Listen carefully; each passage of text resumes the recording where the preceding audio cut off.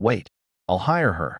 That drifter looks lost, but I know that scar. The words tumbled from Nash Hawthorne's lips before his mind could catch up, stopping the departing stranger dead in her tracks.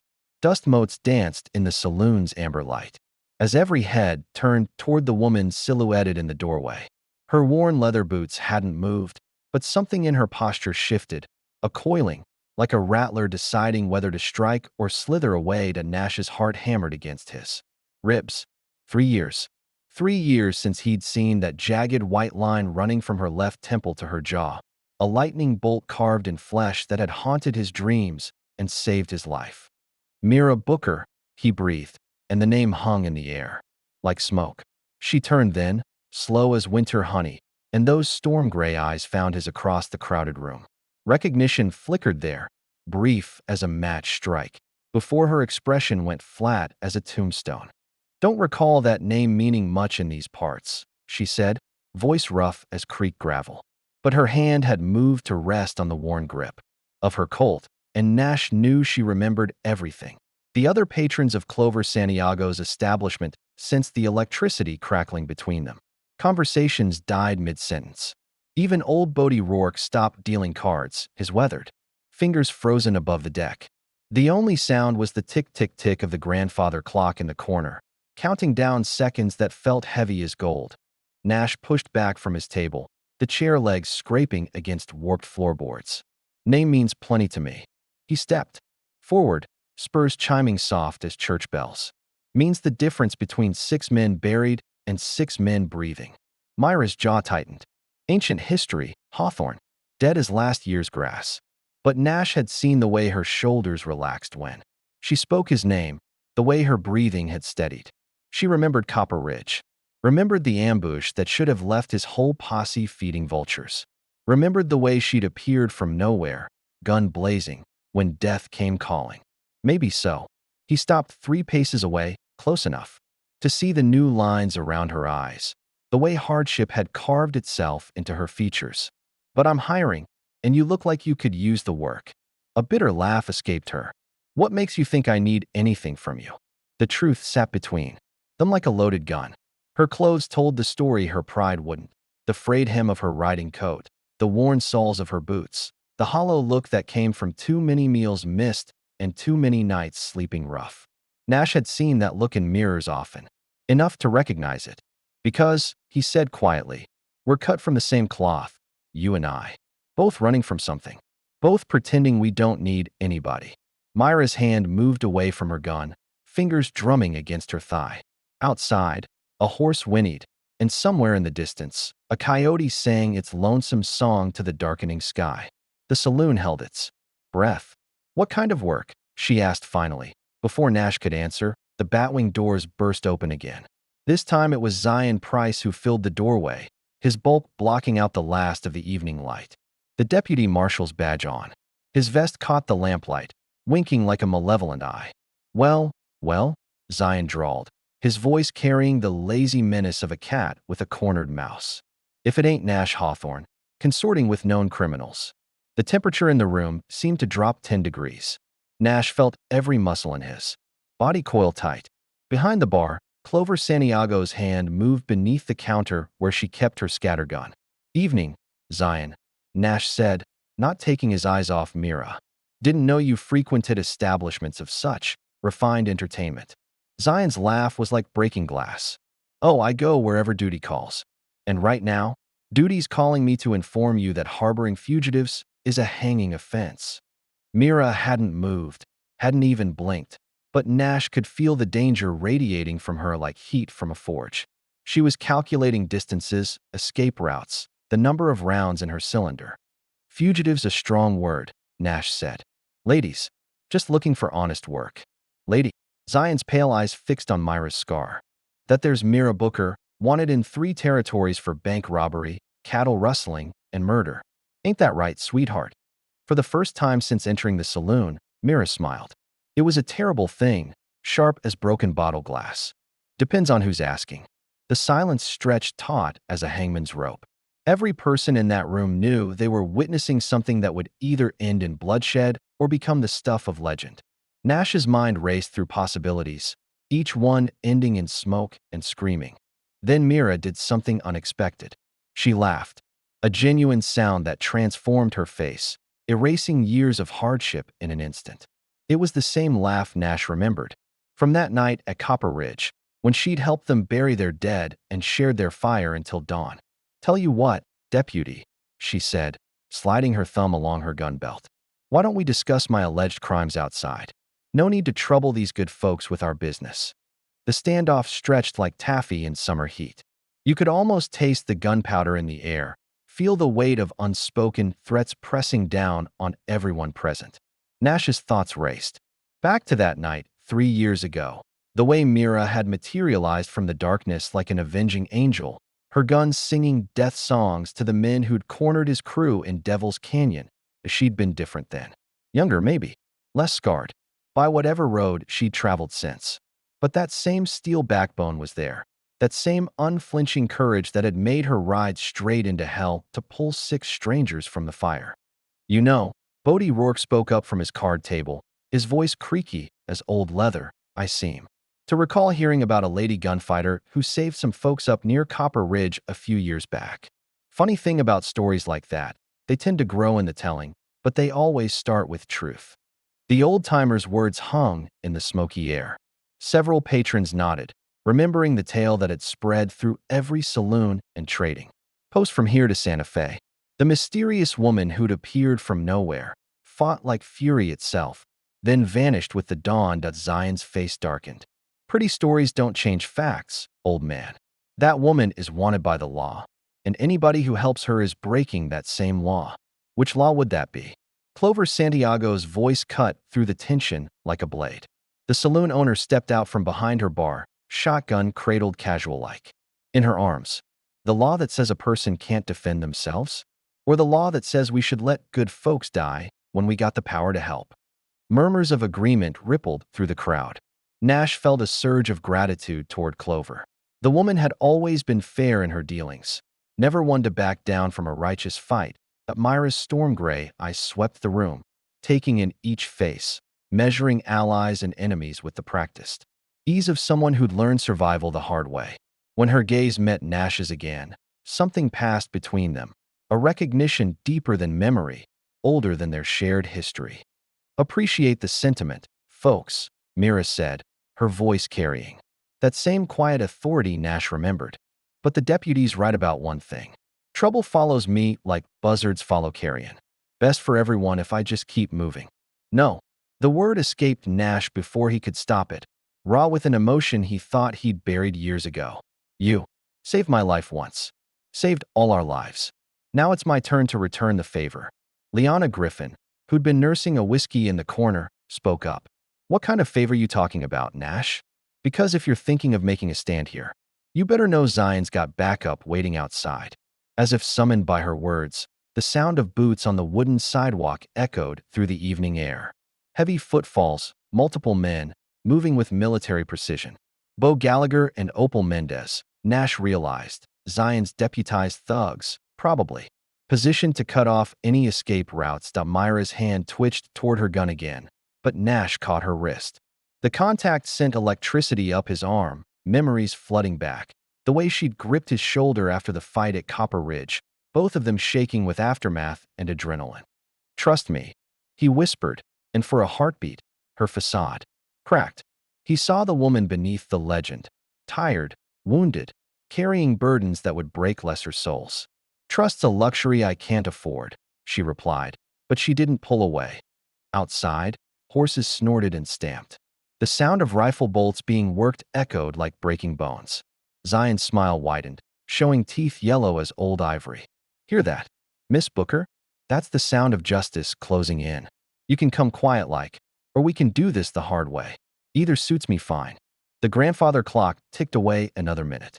In that time, Nash made a decision that would change everything. He stepped closer to Mira, close enough to smell the leather and sage scent of her, close enough to see the tiny scar above her left eyebrow. Another story he'd never heard. "The job I'm offering," he said loudly enough for everyone to hear. "It's legitimate. Escorting a supply wagon to Silver Creek.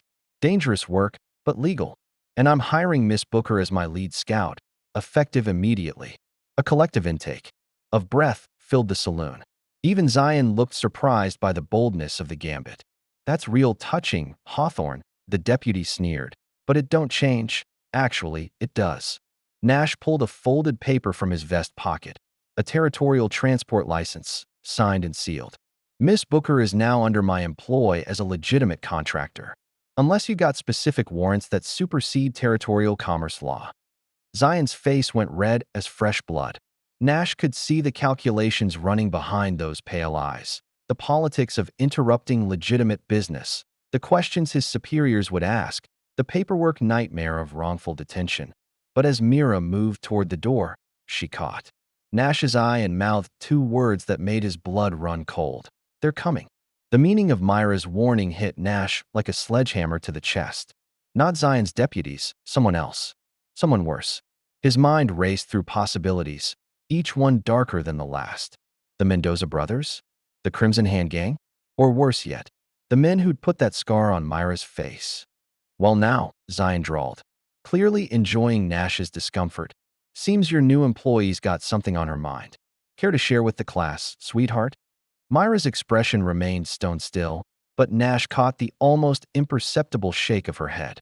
Whatever was coming, she wasn't about to give Zion the satisfaction of knowing. Smart woman. The deputy would sell his own mother for the right price. "Just admiring your deputy's positioning," she said smoothly. "Real tactical thinking, having Bo cover the back alley and Opal watching the main street. Course, leaves the rooftops wide open, but I'm sure that was intentional." Zion's smug expression faltered. He hadn't expected her to know his men's locations, much less call out the weakness in their formation. Nash had to admire her sand. Even cornered, she was thinking 3 moves ahead.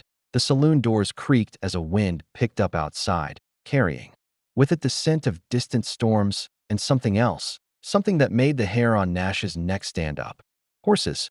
Lots of them, moving fast across hard ground. Bodie Rourke's weathered fingers tapped against his cards. "Storm coming," he observed quietly. "Can smell the lightning on the air." But Nash knew it wasn't weather the old man was sensing. It was trouble, riding hard towards Silver Creek with spurs jangling and guns loaded. "Miss Booker," Nash said, keeping his voice level. "Perhaps we should discuss the terms of your employment somewhere more private. My office is just down the street." Myra's gray eyes searched his face, looking for something. Trust, maybe, or just the confirmation that he understood the stakes. Whatever she found there seemed to satisfy her, because she nodded once, sharp as a blade. "Lead the way, boss." Zion stepped forward, his hand resting on his gun butt. "I don't think so.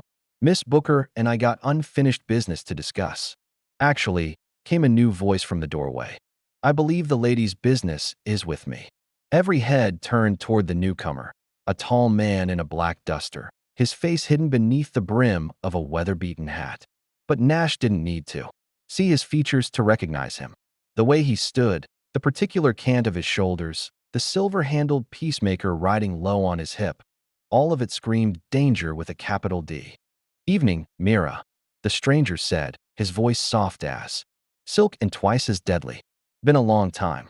The transformation in Mira was instant and terrible. All the color drained from her face, leaving her looking like a woman who'd seen her own grave. Her hand moved to her gun, but Nash could see the tremor in her fingers. Fear, raw and primal. "Didn't expect to see you again, Rourke," she said. And Nash realized this wasn't Bodie she was addressing. This was someone else entirely, someone who shared the old card player's name, but none of his weathered kindness. "Rourke." Bodie half rose from his chair, squinting at the newcomer. "Boy, you got some brass using my family name. My nephew Kane died 5 years ago in a prison breakdown in Yuma." The stranger's laugh was like breaking glass. "Death's been greatly exaggerated, uncle. Though I admit, the accommodations in Yuma left something to be desired." The pieces clicked together in Nash's mind with sickening clarity. Kane Rourke, the man who'd put that scar on Myra's face. The reason she'd been running all these years. The ghost she'd thought was buried was standing in Clover's saloon, very much alive and looking for revenge. "Now hold on just a minute," Zion blustered, clearly thrown by this new development. "I got legal business with this woman, and I don't care who." Kane's hand moved faster than thought. The silver peacemaker cleared leather and centered on Zion's chest before the deputy could blink. Your business can wait, Kane said pleasantly. Mira and I got some catching up to do, starting with why she left me to die in that burning cabin 3 years ago. The air in the saloon crackled with tension thick enough to cut with a knife. You could hear every creak of the building, every intake of breath, every heartbeat thundering in terrified chests. Nash felt the weight of his own Colt against his hip, calculating angles and odds. Wasn't planning on leaving you, Mira said, her voice steady despite the fear in her eyes. Was planning on putting you out of your misery. Should have finished the job. Kane's smile was all teeth and no warmth. Oh, but then you'd have missed all the fun we're gonna have now. See, I've been thinking about you every day for 3 years. Thinking about that pretty face of yours, wondering if you still got that quick draw that made you so useful. Nash saw red. The casual cruelty in Kane's voice, the way he looked at Mira like she was property to be claimed, it brought back memories of his own past, his own reasons for running from civilized society. Seems to me, Nash said, stepping between Mira and Kane. The lady's already spoken her piece. Maybe it's time you moved along. Kane's pale eyes fixed on him with predatory interest. And you are? Nash Hawthorne, Miss Booker's employer. Employer. Kane tasted the word like fine whiskey. That's a fancy way of saying you're paying for what I used to get for free. The insult hung in the air like smoke. Nash felt his hand drift toward his gun, but Myra's voice stopped him cold. Don't. She stepped up beside him, close enough that her shoulder brushed his arm. He's trying to provoke you. Wants you to draw first so he can claim self-defense. But even as she spoke, Nash could hear what had spooked her earlier, the thunder of approaching hoofbeats, growing louder by the second. Through the saloon's grimy windows, he caught glimpses of riders surrounding the building. Kane hadn't come alone. Smart girl, Kane said, holstering his weapon with theatrical flair. Always were good at reading the play. But this time, darlin', there ain't no back door to run through. Outside, horses snorted and stamped. Men called to each other in voices rough with long miles and hard living. Nash counted at least 6 distinct voices, maybe more. Long odds for a shootout, especially with civilians in the line of fire. What do you want, Kane? Mira asked, his smile widened. Same thing I always wanted, sweetheart. You. The grandfather. Clock chimed 9 times, each note falling like a death knell. In the sudden silence that followed, Nash heard something that made his blood freeze, the distinct sound of rifles being cocked outside every window of the saloon. But it was Myra's next words that truly chilled him to the bone. You can have me, Kane. But first, we settle this the old way. Just you and me, sunrise, middle of Main Street. Winner takes all. Kane's laughter filled the saloon like poison gas, seeping into every corner and making decent folks sick to their stomachs. A duel? Oh, darling, you always did have a flair for the dramatic. But see, I didn't ride all this way just to put a bullet in you quick and clean. Nash's jaw clenched so hard his teeth ached. The way Kane looked at Mira, like a cat playing with a wounded mouse, made him want to draw iron and end this conversation permanently. But Myra's warning echoed in his mind. This wasn't just about a showdown anymore. This was about something deeper, something that had roots going back years before Nash ever laid eyes on that scar. Then what do you want? Myra's voice carried the weariness of someone who'd been running so long she'd forgotten what it felt like to stand still. Kane circled closer, his spurs chiming a funeral dirge against the floorboards. Want? Hell, I want a lot of things. Want the 3 years you stole from me rotting in that prison cell. Want to hear you scream the way you made me scream when you left me burning. He paused directly in front of her, close enough that Nash could smell the trail dust and cruelty radiating from his black duster. But mostly, I want what's mine. And you, sweetheart, have always been mine. She's not yours. The words left Nash's mouth before his brain could stop them. She's not anybody's. Kane's pale eyes shifted to him with reptilian interest. That's so? Tell me, Hawthorne, you know why she's got that pretty scar decorating her face? Nash felt the temperature in the room drop. Around them, patrons held their breath, sensing they were about to witness something that would haunt their dreams. Kane, don't. Myra's voice cracked like a whip, but underneath the command was something Nash had never heard from her before, fear. Not of dying, but of something far worse. Oh, but I think Mr. Hawthorne deserves to know what kind of woman he's protecting." Kane's smile was pure malice. "See, 3 years ago, Mira here was part of my crew. My second in command, matter of fact. Best shot I ever saw, prettiest face this side of heaven." Nash's world tilted. The woman who'd saved his posse, who'd appeared like an angel of mercy in Devil's Canyon, had been running with outlaws.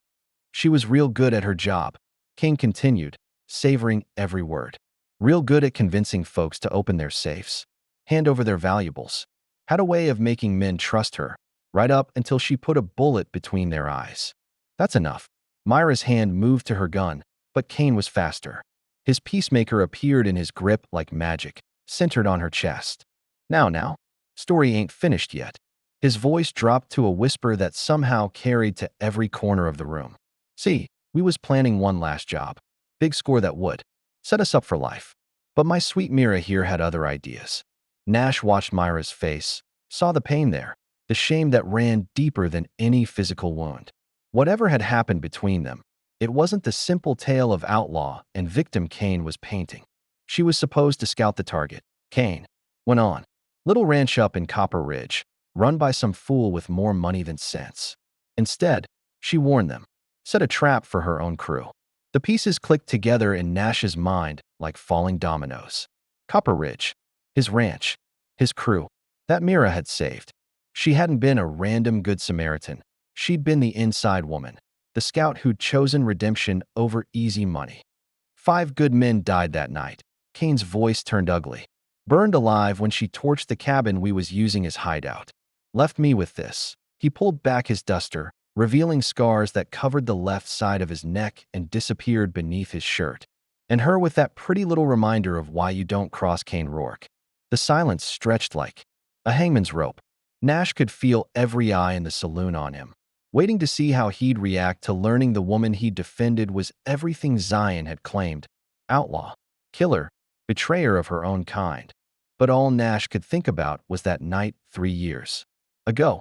The way Mira had fought, not like someone seeking glory or revenge, but like someone trying to wash blood from her hands. The way she'd sat by their fire afterward, tears tracking through the dust on her cheeks as she helped them bury their dead. "You gave her that scar," Nash said quietly. To Kane's smile widened. "Carved it real slow, too. Wanted her to remember the price of treachery every time she looked in a mirror." Something snapped inside Nash.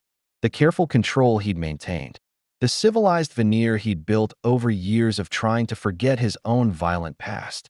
It all crumbled like a dam in flood season. "You bastard." Nash's hand dropped to his gun. "You goddamn bastard." "Nash, don't." Mira stepped between them again, but this time Nash could see the tears she was fighting to hold back. "It's not worth it. I'm not worth it. Like hell you're not." Nash's voice carried 3 years of pent-up emotion, 3 years of wondering if he'd ever see her again, if he'd ever get the chance to thank the woman who'd saved his life. "You think I care what you did before? You think any of that matters compared to what you did for us that night?" Kane's expression darkened. "Pretty words, but they don't change facts. She's a killer, Hawthorne. A liar and a thief who sold out her own blood for what?" Nash stepped around Mira, positioning himself between her and Kane's gun. "What did she get out of betraying you? Money? Safe passage? A pat on the head from the law?" For the first time, Kane hesitated. Nash pressed his advantage. "Or maybe she got something else. Maybe she got to look at herself in the mirror without seeing a monster staring back." The grandfather clock ticked away precious seconds. Outside, restless horses stamped and snorted. Nash could hear Kane's men growing impatient, could practically feel their trigger fingers itching. But it was Bodie Rourke who broke the standoff, his weathered voice cutting through the tension like a blade through silk. "Boy," he said to Kane, "I don't know what happened between you and this lady, but I know my nephew. The real Kane Rourke died trying to save a family from a house fire when he was 12 years old. Whoever you are, you ain't him." Kane's head snapped toward the old man, his pale eyes blazing with fury. "You calling me a liar, old man? I'm calling you exactly what you are." Bodie stood slowly, his joints creaking like old leather. A snake wearing a dead boy's name. The revelation hit like lightning. Nash saw it in Myra's face, the sudden understanding, the pieces of a puzzle finally falling into place. The man They'd been calling Kane Rourke wasn't Bodhi's nephew at all. He was someone else entirely, someone with his own reasons for wanting Mira dead. Who are you? Nash demanded. The false Kane's smile turned predatory. Name's Jake Mendoza. And 3 years ago, this bitch killed my brothers. The room erupted. Zion went for his gun, Clover dove behind her bar, and chaos descended on the Silver Dollar Saloon like a plague of locusts. But in that moment of pandemonium, Nash heard something that chilled him to the bone, the sound of glass breaking as rifle barrels smashed through every window in the building. The trap was closing, and they were all caught in the web.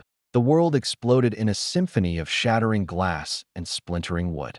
Rifle barrels thrust through every window like the fangs of some massive beast, their steel mouths hungry for blood. Nash threw himself sideways, tackling Mira to the floor as the first volley erupted, muzzle flashes lighting the saloon like hellish fireworks. "Stay down," he shouted over the deafening roar, his body shielding hers as bullets chewed through tables and chairs, sending splinters flying like deadly rain. Jake Mendoza, the man who'd worn a dead boy's name like a funeral shroud, dubbed behind the bar with serpentine grace. His silver peacemaker barked twice, dropping 2 of his own men who'd gotten caught in the crossfire. No honor among thieves, Nash thought grimly. Mendoza would sacrifice anyone to get what he wanted. Clover Santiago rose from behind her bar like an avenging angel, her scattergun roaring defiance. The spread of buckshot cleared 2 windows in a heartbeat, sending Mendoza's men scrambling for cover. "Nobody shoots up my establishment," she bellowed, working the action with practiced ease. Zion Price had his own iron out, but Nash could see the deputy's confusion. The man had expected to arrest one outlaw and collect his bounty. Instead, he'd stumbled into a war zone with no clear sides and bullets flying from every direction. "This way," Bodhi Rourke called from behind the overturned poker table, his weathered hands surprisingly steady as he thumbed shells into an old Navy Colt. "Cellar doors behind the piano." Nash hauled Mira to her feet, keeping low as they scrambled toward the old man's position. Around them, the saloon was being systematically destroyed. Bottles exploded in showers of glass and whiskey. The piano keys screamed discordant notes as bullets found their mark, and the grandfather clock took a direct hit that silenced its steady heartbeat forever. "How many men?" Nash shouted to Mira. As they dove behind the piano, her storm gray eyes were calculating, even in chaos. 12, maybe 15. Jake always liked overwhelming odds. A bullet spanged off the piano's iron frame inches from her head. "They'll try to smoke us out if this drags on too long." As if summoned by her words, the acrid smell of burning wood began to seep through the gun smoke. Orange light flickered outside the windows, not muzzle flashes this time, but flames licking at the building's weathered siding. "Cellar," Nash decided. "We make a stand down there or find another way out." But Mira was shaking her head. Doc Holliday shooed Nash from the examination room with practiced authority, but not before Mira caught his hand in hers. Her grip was weak, but her eyes burned with the intensity of a woman confessing her deepest truths. "Made a choice that night," she continued. "Choose the man I wanted to be, instead of the monster I was." "You were never a monster," Nash said fiercely. "Monsters don't sacrifice themselves for strangers. Monsters don't spend 3 years running from their past instead of embracing it." Doc Holliday gently but firmly pushed Nash toward the door. "Out, son. Let me work." The next few hours crawled by like wounded animals. Nash paced the clinic's waiting room, his boots wearing a groove in the pine floorboards. His father sat quietly in the corner, cleaning his service pistol with the methodical precision of a career soldier. Occasionally, he'd glance up at his son with something that might have been approval.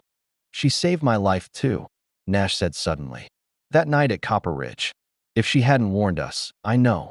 The colonel's voice was gruff with emotion. "Read the reports. 6 good men who came home to their families because one woman chose right over easy." When Doc Holliday finally emerged, his shirt sleeves rolled up and his hands clean of blood, Nash nearly knocked him over in his haste to get answers. "She'll live," the doc said simply. "Bullet missed everything vital, though she'll carry another scar to match the first. She's asking for you." Nash found Mira propped up in the clinic's narrow bed, her chest wrapped in clean white bandages. The late afternoon sun streamed through the window, turning her auburn hair to spun gold and highlighting the delicate curve of her jaw. She looked fragile as blown glass, but when she smiled at him, Nash saw the steel beneath the surface, the same strength that had carried her through 3 years of hell and brought her back to him. "Heard your confession," she said, a hint of her old mischief sparkling in her gray eyes. "In the saloon, when you thought I was dying." Nash felt heat creep up his neck. "Seemed like something you should know." "Well," she said, reaching for his hand with fingers that trembled only slightly. "For the record, feelings mutual. Has been since that night you shared your fire with a stranger who didn't deserve kindness." Nash lifted her hand to his lips, pressing a gentle kiss to her knuckles. "So what happens now?" Myra's smile widened. "Now we find out if a reformed outlaw and a stubborn rancher can build something worth having. Something that'll last longer than gunpowder and regret." 3 months later, Nash stood in the doorway of his rebuilt ranch house, watching Mira tend the garden she'd planted where the old bunkhouse used to stand. The morning sun caught the white streak in her hair where Jake Mendoza's scar had healed, a reminder of trials survived, not battles lost, as she'd kept her word about the job escorting supplies to Silver Creek, working alongside Nash to rebuild what the years had torn down. Word of her transformation had spread through the territory like wildfire, and other former outlaws had begun seeking them out, looking for their own chance at redemption. "You coming, or just gonna stand there admiring the view?" Mira called without, looking up from the rose bushes she was pruning. Even wounded, even scarred, she moved with the fluid grace of someone completely at peace with herself. Nash grinned and stepped onto the porch, where a simple gold band caught the light on his left hand, a match to the one Mira wore. They'd married a month ago in Silver Creek's little church, with Colonel Hawthorne walking Mira down the aisle and old Bodie Rourke serving as best man. "Just thinking," Nash said, wrapping his arms around her from behind and breathing in the scent of roses and sage that would forever remind him of second chances. "Dangerous habit," she murmured, leaning back against his chest. "What about? About how sometimes the best things in life come disguised as trouble. How sometimes saving someone else is the only way to save yourself." Mira turned in his arms, her gray eyes bright with tears of joy instead of pain. "And how sometimes," she said, standing on her toes to kiss him, "love really can bloom in the most barren places."